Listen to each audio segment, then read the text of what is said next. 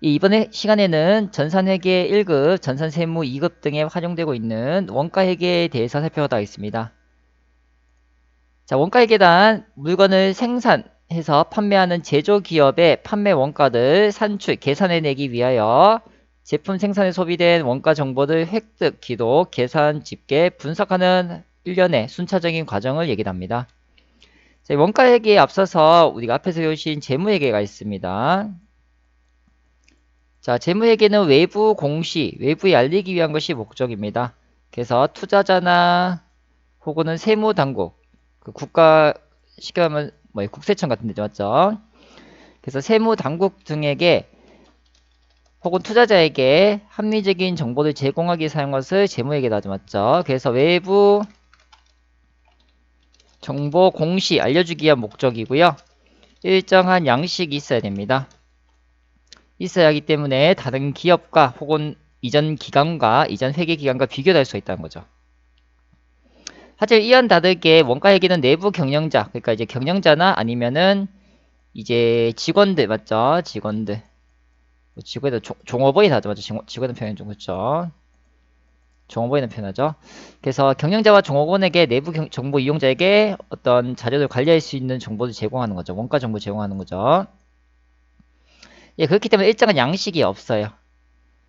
하지만 우리가 회계라는 것은 결국에는 뭐예요? 과거를 토대로 과거에 어떤 사용 내역이나 과거의 어떤 회계 기록을 통해서 미래를 예측하는 거죠. 맞죠? 그러한 점에서는 재무회계와 동일합니다. 과거의 어떤 데이터를 통해서 미래를 예측하는 기능, 미래 지향적인 기능은 동일합니다. 그렇기 때문에 미래를 예측하기 때문에 항상 회계란 건 뭐가 존재해요? 그쵸. 추정치가 존재하죠. 추정치가. 회계란 것은 추정치가 존재한다는 거예요. 추정치가 존재한다. 자, 네, 문제 보겠습니다. 관리회계에 대한 설명이 나왔죠. 자, 관리회계 특징이 아닌 것은 내부 경영자 의사결정 도움 준다 맞고요. 미래지향적이다 맞습니다. 그 다음에 특수 목적 보고서다. 자, 일정한 회계 기준 없습니다. 예, 기준 없이 내부 정보 이용자, 경영자나 종업원에게 정보를 제공합니다. 다음은 4번 되겠습니다. 자, 두 번째 문제 살펴보도록 하겠습니다. 다음 중 원가회계 목적과 관련이 가장 적은 것은 있습니다. 자, 원가회계는 내부 경영자에게 내부 정보 이용자, 경영자나 종업원에게 정보를 제공하는 것이기 때문에 일정 양식이 없습니다. 다음은 4번 되겠습니다. 자, 일단 제조원가는 원가 발생 형태와 추적 가능성, 원가 행태 이렇게 세 가지로 분류를 많이 합니다. 자, 첫 번째 추적 가능성이라는 것이 있고요. 추적 가능성은 이 원재료들 어디다 얼마 쓰는지, 예를 들어서 우리가 밀가루를 통해서 중국집도 하고 짜장면도 만들고 빵도 만든다 하겠습니다. 물론 뭐 중력분, 박력분 다 다르겠지만요. 그래서 동일한 원재료인 밀가루를 가지고 짜장면에 얼마 썼는지 그리고 빵을 만드는데 얼마 사용인지 알면은 직접비가 되고요. 간접비는 어디다 얼마 썼는지 추적할 수가 없는 것도 얘기하죠. 그래서 이런 것들은 합리적인 배부 기준에 의하여 원가를 배부해야 됩니다. 예를 들어서 학원에도 로비나 어떤 화장실, 카운터 이런 부분들은 이제 1강시, 2강시, 3강시를 주도하는 어떤 과목별 수강자가 있으면은 어느 수강자가 어느 시간대에 있는 수강자가 얼마나 이용했는지 알 수가 잘 없다 맞죠? 특히나 공동으로 사용하고 있는 부분들에 대해서는 합리적인 배부가 어렵습니다. 그래서 건물 같은 경우에는 어떤 걸 이용하나요? 건물은 면적을 이용하면 되고요. 뭐 기타 직원과 관련된 거는 뭐예요? 직원 수, 종사자 수, 뭐 종업원 수도 하죠. 예. 그 외에도 이제 기계 장치는 뭐예요? 사용 시간에 있죠. 뭐 이런 것을 통해서 합리적으로 나눌 수 있다 합니다. 자, 그래서 추적 가능성에 따라서는 직접비, 간접비 등이 있고요. 발생 형태, 어디다 사용했냐에 따라서는 뭐예요? 재료비, 노무비는 사람 등에 소비되는 인건비죠, 인건비. 그 외의 기타 비용을 경비랍니다. 그래서 재료비, 노무비, 경비도 나누는 것을 원가 발생 형태에 따른 분류라고 합니다. 자, 마지막으로 원가 발생 행태죠, 행태. 행태는 어떠한 그래프, 어떠한 모양을 따라가냐는 거죠. 자, 변동비는 이제 조업도 일의 진행에 따른 총원가가 비례적으로 변동된다는 거죠. 그래서 예를 들어서 한 개 만들 때 100원, 2개 만들 때 200원, 3개 만들 때 300원. 이런 어떤 물건이 있으면은 어떻게 돼요? 조업도 생산량에 따라서 총원가가 100원, 200원, 300원 비례적으로 증가하는 것을 얘기를 하죠. 직접 노무비와 직접 지여비 등이 있습니다. 자, 고정비에는 조업도의 양의 변동에 상관없이, 그러니까 1개 만들든 2개 만들든 상관없이 항상 일정하게 발생하는 원가를 얘기를 하죠. 임차료, 월세죠. 제품을 1개 만들든 2개 만들든 학원에 수강료를 1분 수업하든 10분 수업하든 월세는 똑같다는 거예요. 맞죠? 감가상각비나 세금과 공가, 그 다음 뭐 보험료 있죠. 보험료. 이런 것도 어떻게 돼요? 월 단위로 내거나 일정 기간마다 일정 비용을 내는 거기 때문에 조업도에 상관없이 발생하는 원가죠. 이런 것은 고정비답니다. 자, 이런 두 가지가 있고 여기 이제 유사한 형태가 있어요. 준변동비. 기본료가 있는 전화요금, 수도요금, 뭐 전기요금 등이 될 수가 있어요. 잠시 후에 그래프 살펴보도록 하겠습니다. 준고정비는 일정한 조업도 내에서는 일정하다가 조업도를 벗어나면은 갑자기 증가하는 거죠. 맞죠? 직원 한 명이 10개의 물건을 만들 수 있다 생각하면은 11개째 만들려고 하면 어떻게 돼요? 직원 한 명 더 고용해야 돼요. 그럼 월급, 임금이 어떻게 돼요? 임금이 증가하겠죠. 자, 이들 그래프 살펴보게 되면은 고정비가 있습니다. 고정비. 조업도 1개 만드냐, 2개 만드냐, 3개 생산하냐 이런 얘기죠. 가 증가할수록 총원가는 어떻게 돼요? 총원가는 고정비는 일정하죠. 임차료, 보험료, 감가상각비는 일정이에요. 자, 하지만 이제 1개당은 어떻게 돼요? 1개당은요. 1개당은 감소해야죠. 맞죠? 1개당 감소합니다. 예를 들어서 학원에 뭐 월세가 100만원이라 치면 맞죠? 임차료가 100만원이요. 그러면 수강료 한 분을 수업하게 되면 한 분이 100만원어치 다 부담해야 되는 거고요. 두 분이 수업 받으시게 되면 50만원. 5분이 수업 받으시면은 20만원씩 부담을 하면 된다는 거예요. 1개당은 줄어들죠. 고정비는요.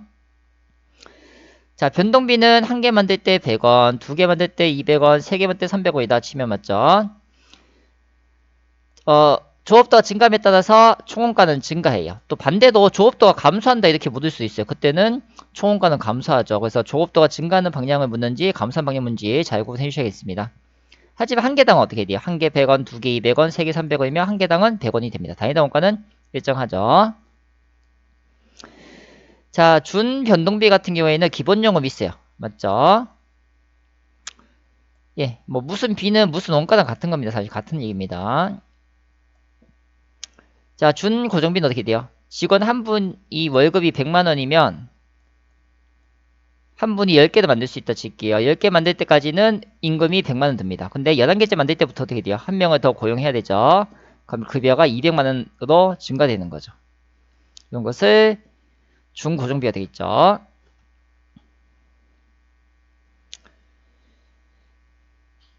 자, 다음에 이제 요 1번과 2번을 잘 조합하시게 되면요.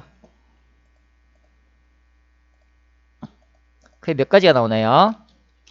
직접 제조비, 직접 노무비, 직접 경비, 다음에 간접 제조비, 간접 노무비, 간접 경비가 되죠. 그래서 직접 제조비와 직접 노무비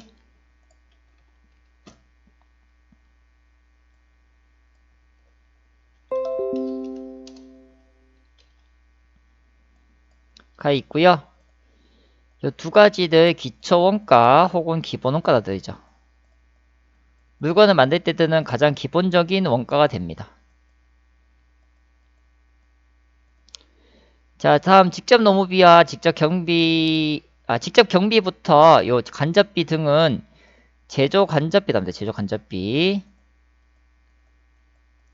뭐 영어로는 OH라고 하죠.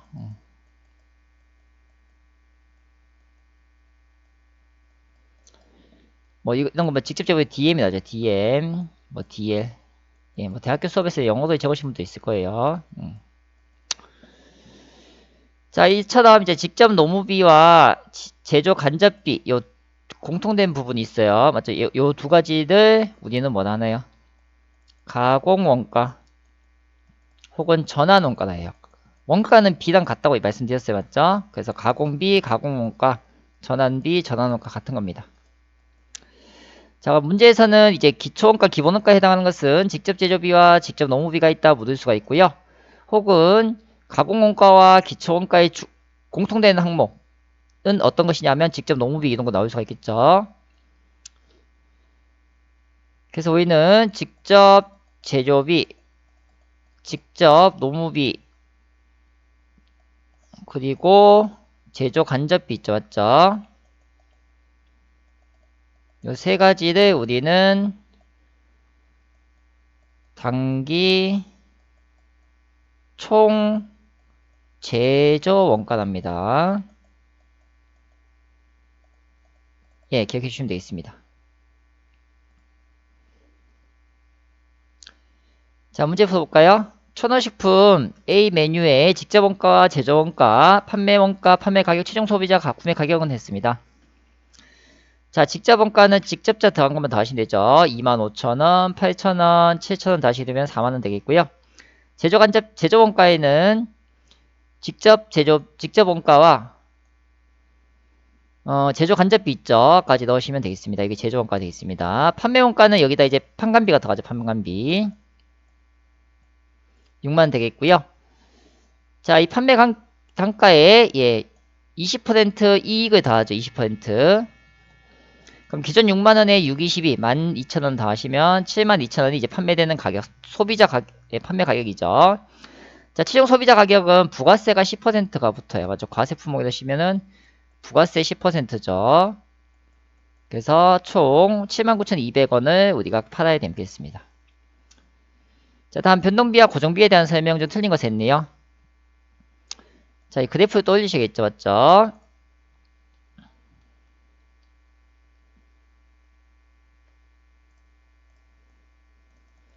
자, 1번 보겠습니다. 생산량이 증가하면 총원가가 증가하는 원가는 어떤 것이겠나요? 생산량이 증가인데요. 조업도가 증가한다는 얘기죠. 맞죠? 생산량이 증가하면은 총원가 증가한 것은 변동비 맞네요. 자, 생산량이 증가하면 상관없이 관계없이 총원가가 일정한 값은 고정비 되겠습니다. 고정비. 3번에 생산량이 증가과 관계없이 제품의 단위당 변동비는 한 개당 변동비. 한 개당 변동비는 어떻게 돼요? 일정하죠. 일정. 4번 생산량의 증가과 관계없이 제품의 단위당 고정비, 한 개당 고정비는 어떻게 돼요? 감소하고 있네요. 감소하거나 혹은 뭐예요? 거꾸로 보시면 증가도 합니다. 맞죠?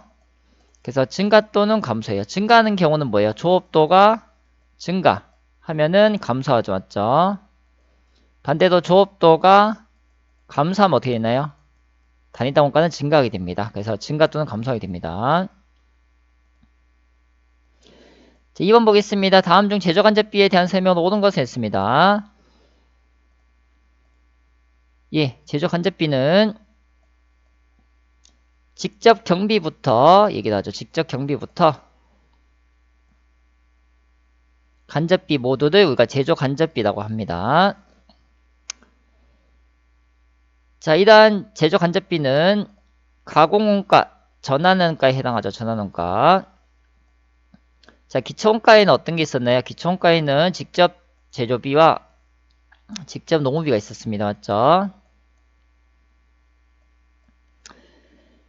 자, 고정원가, 변동원가에 모두 제조간접비가 포함됩니다.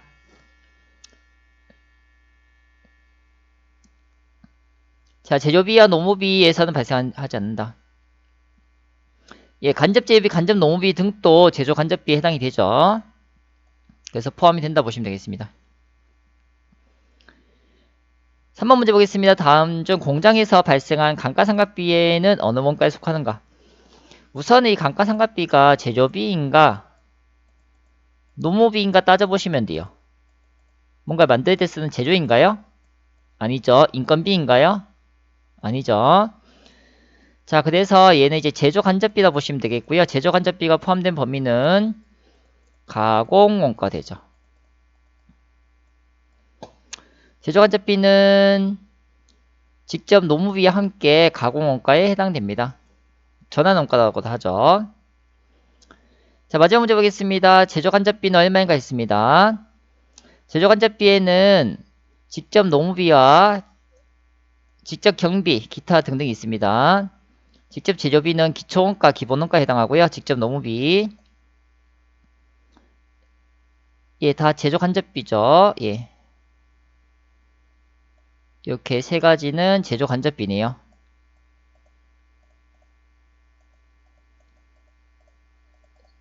자, 그래서 모든 금액을 다 하시게 되면은 제조간접비는 43만 5천 나오게 되겠습니다. 예, 계산 한번 해보시면 되겠습니다. 자, 그 다음 원가의 흐름 보겠습니다. 일단 원가의 흐름은 물건을 만드는, 제품을 만드는 가장 근간, 기본이 되는 원재료부터 만드는 중에 있는 제공품, 완성된 물품인 제품 순서로 원가의 흐름이 이어집니다. 또 원가 계산할 때는 요소별로, 부문별로, 제품별로 점차 단위가 커지고 있습니다. 자, 그 다음에 이제 원재료 T 계정 있죠? 원재료 T 계정입니다. 자산이라서 차변이 플러스, 대변이 마이너스 되겠습니다. 예, 모든 문제에 언급된 원재료 제공품 제품 계정 동일하게 자산입니다. 자, 기초 원재료 매입액, 기초 원재료 재고액이랍니다.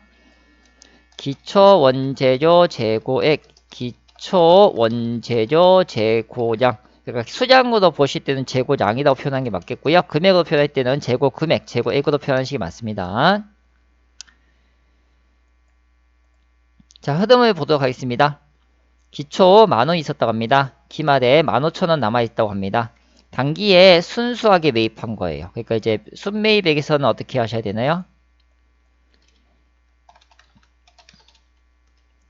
총 매입액에서 매입 애누리, 매입 할인, 조기에 갚아서 깎아주는 거죠. 애누리는 하자가 있어서 깎아주는 거 맞죠? 그다음 매입 환출, 반품시킨 거죠. 요 세 가지를 뺀 금액을 우리가 순매입이기도 하죠. 여기는 순매입액 금액이 들어갑니다. 자, 차변 3만원이기 때문에 대변에 직접 제조비 15,000원 알 수 있고요. 이 15,000원은 제공품의 차변 계정에 들어갑니다. 자, 기초 제공품은 3만원, 기말 제공품은 2만원이라 보겠습니다. 자, 직접 노무비 만원 발생했다 하고요. 제조간접비 5,000원 발생했다 합니다. 요 세 가지를 우리는 단기 총 제조원가죠. 자, 그렇게 하면 단기 제품 제조원가, 그러니까 만드는 중에 있는, 제작 중에 있는 제공품의 대변 계정에 단기 제품에 쓰이는 금액이 있어요. 이 금액이 휘리릭 넘어오시게 되면 어떻게 되나요? 제품의 차변 계정에 오게 됩니다. 그래서 기초 제품 재고량, 재고액, 기말 제품 재고액 만원이라 할게요. 그러면 4만원에서 우리가 제품 매출원가를 구할 수 있죠. 제품 매출원가를 구할 수 있습니다. 그래서 이렇게 이제 주로 이제 색깔 칠해진 부분들이 이제 비어져서 뻥뻥 비어서 나오는 거죠. 그래서 예를 들어서 우리가 매출원가를 구하다 맞죠? 제품 매출원가를 구하다 하면 어떻게 돼야 돼요? 기초 제품 재고액에서 기말 제품 재고액과 을 빼고 단기 제품 제조원가를 더하면은 매출원가가 구해집니다.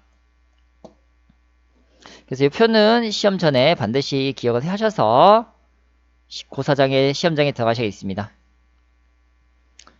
자, 문제 보겠습니다. 다음 자료에 의하여 제품 매출원가를 구하면 했습니다. 자, 기초 제공품 5만원 되겠고요. 기말 제공품 7만원 되겠습니다. 자, 단기 총 제조원가 차변이 있죠. 제공품의 차변이고요. 직접 제조비, 직접 노무비, 제조간접비가 포함됩니다. 30만원입니다. 자, 그렇게 되면 80만원, 대변에 7만원이기 때문에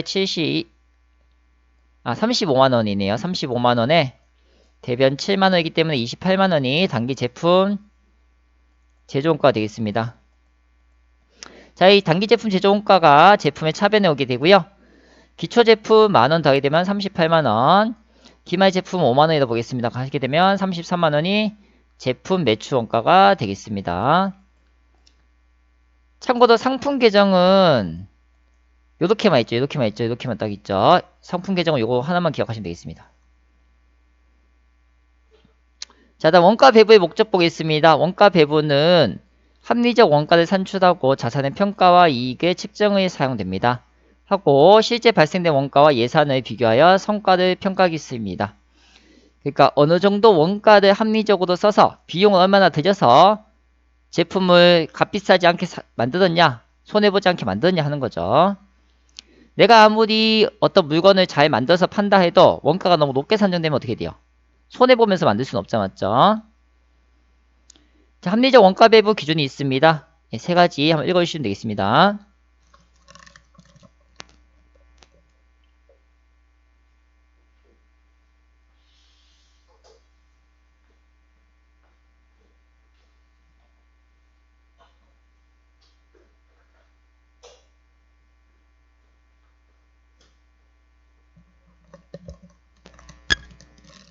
예, 합리적 원가 배분의 기준이 있습니다. 첫 번째, 인과관계. 예, 원가 배분의 목적은 합리적 원가 산출에 있다 했죠. 합리적으로 원가를 산출하기 위해서는 제조 간접비, 어디다 얼마 썼는지 정확하게 모르는 이런 간접비 항목들을 잘 배분해야 합리적 배분가 되겠습니다. 자, 이때는 누가 얼마나 썼냐, 제품과 인과관계에 따라서 배분한 방법과 좀 더 수익을 많이 내는 사람이 좀 더 부담할 수도 있겠죠. 부담 능력. 수혜 기준. 이로 인해서 누가 혜택을 많이 받냐. 맞죠? 에 따라 나눌 수가 있겠죠. 그래서 건물 같은 경우에는 제가 면적이라 말씀드렸고, 맞죠? 기계장치는 작업시간 같은 게 되겠죠. 등이 되겠습니다. 자, 다음 이제 직접배분법, 단계배분법, 상호배분법이 있습니다. 직접배분법은 서로 간의 관계를 생각하지 않고 그냥 무조건 너 얼마, 너 얼마, 너 얼마 부담해라 하는 거예요. 그래서 원가 산출이 간편하지만 정확성은 떨어지겠죠. 합리적이지 못합니다. 자, 상호배분법은 모든 서로 간의 관계를 따져서 비용을 인식하는 것을 얘기를 하고요. 계산식은 복잡하지만 가장 정확하겠죠. 그래서 이제 중간에 나온 게 단계배분법이죠.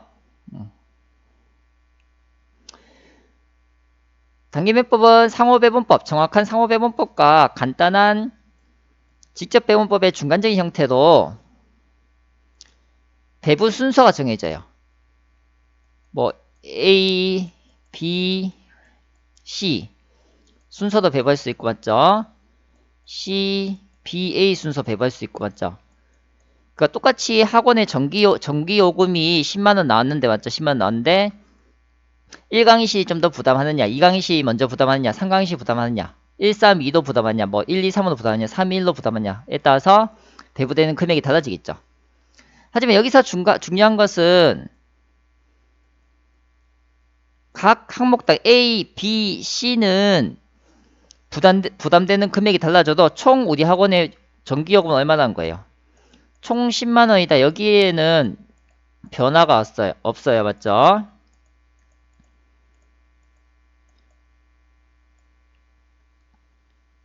그러니까 원가 배분의 목적이 되는 제조 간접비 부분의, 그러니까 어디다 얼마 쓰는지 모르는 이런 제조 간접비 부분의 합리적인 배부가 원가 배부의 핵심인데, 학원의 제조 간접비 항목으로 전기요금이 10만원 나왔다 했는데 맞죠?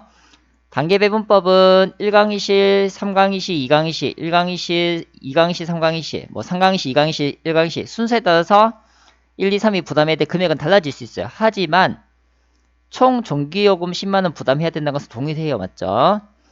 그런 것도 이런 식으로 나오고 있습니다. 자, 단위 배분율법은 한 가지 방법만 사용하는 것이고요. 이중 배분율법은 두 가지 이상을 사용하는 것을 얘기합니다. 자, 개별원가는 이제 주문에 따라서 제품의 형태나 내용이 달라진다는 거죠. 그래서 한 번 만들 때 기간이 오래 걸리거나 소량 생산하는 것들이 되겠습니다. 그래서 건물 짓거나 배 만들거나 비행기 만드는 데 사용되겠죠. 그래서 고가의 소품종을 생산할 때 사용하는 방법입니다. 자, 얘는 제조간접비 배부가 핵심이 되고요. 자, 문제는 우리가 볼펜 한 자주 만드는데 이 볼펜 한 자루마다 원가를 다 매기고 있을 수는 없겠죠. 맞죠? 수백 개, 수천 개 되는데, 맞죠? 그래서 이제 싸그리 묶어서 너는 얼마 정도 원가가 부담되면 되겠다. 너는 한 개당 얼마 하면 되겠다. 싸그리 묶어서 계산한 거예요. 그래서 우리는 종합원가 계산에다 하죠. 얘는 핵심이 완성품 환산량 계산이 핵심입니다. 그래서 원가 계산에 투입된 시간과 비용은 절약되지만은 정확한 원가 계산은 어렵겠죠. 그냥 뭉뚱그려 너는 얼마다 그렇게 얘기하기 때문에. 자, 다음 보겠습니다. 다음 중 개별원가 계산의 특징으로 가장 적합한 것을 했습니다. 한 개 한 개 계산하기 때문에 주문 생산 방식에는 적합합니다. 공정별로 원가를 지키지 않고요. 개별별로 하나하나씩 개별별로 하죠. 맞죠? 자, 그 다음에 소품종 생산 방식에 적합합니다. 이와는 다르게 종합원가 계산은 많은 양의 물건의 원가를 계산할 때 필요한 거죠. 자, 종합원가 계산이죠. 비행기 얘도 뭐예요? 소장이죠. 소장이고요. 건물 배 만드는 건 소장이죠. 차는 여러 대 생산하고 있죠. 그래서 얘는 종합원가 계산이 적합하겠습니다. 자, 이상으로 원가 회계의 기본을 마치겠습니다. 계산 문제 등은 다음 시간에 살펴보도록 하겠습니다. 예, 모두 고생하셨습니다.